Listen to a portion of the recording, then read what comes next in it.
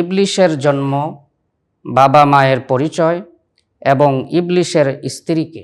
সুপ্রিয় দর্শক, ইবলিশের জন্ম এ সম্পর্কে পবিত্র কোরআনুল কারীম থেকে যেটি জানা যায় যে ইবলিশের সৃষ্টি হলো আগুনের শিখা থেকে এবং ইবলিশ জিন জাতির অন্তর্ভুক্ত।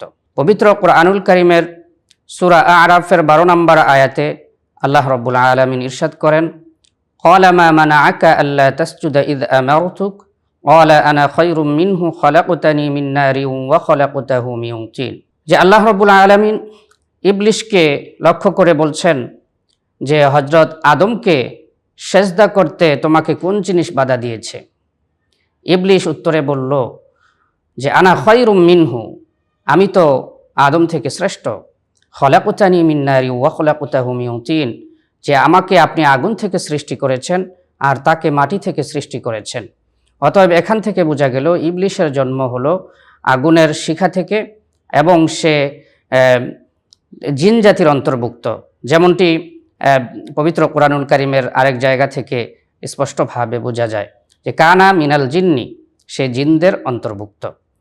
তবে সে কিভাবে জন্মগ্রহণ করেছে এবং কোথায় কিভাবে জন্মগ্রহণ করেছে সে বিষয়টি স্পষ্ট পবিত্র কোরআন ও সহিহ হাদিস থেকে পাওয়া যায় না।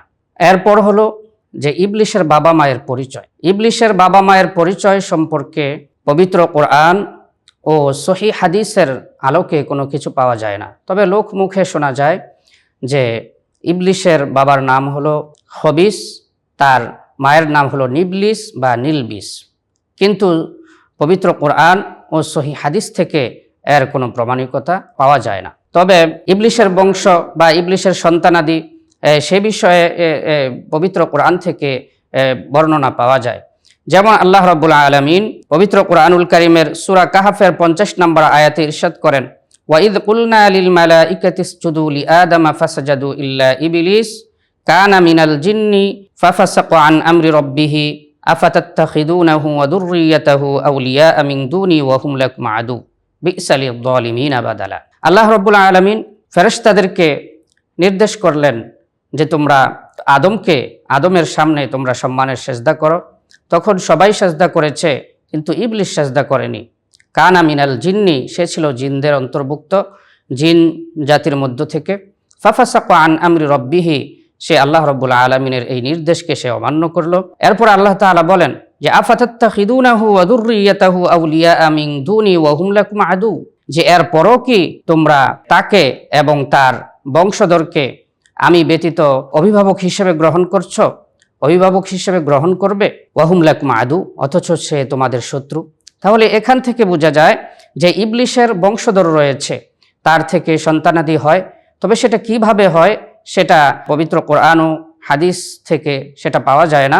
যে ইবলিশের 2 রান যখন সে মিলিত করে তখন সেখান থেকে তার সন্তান জন্ম হয়। ইবলিশের ওয়াসওয়াসা, ইবলিশের ধোঁকা থেকে আমাদেরকে বাঁচতে হবে, কারণ ইবলিশ আমাদের প্রকাশ্য শত্রু।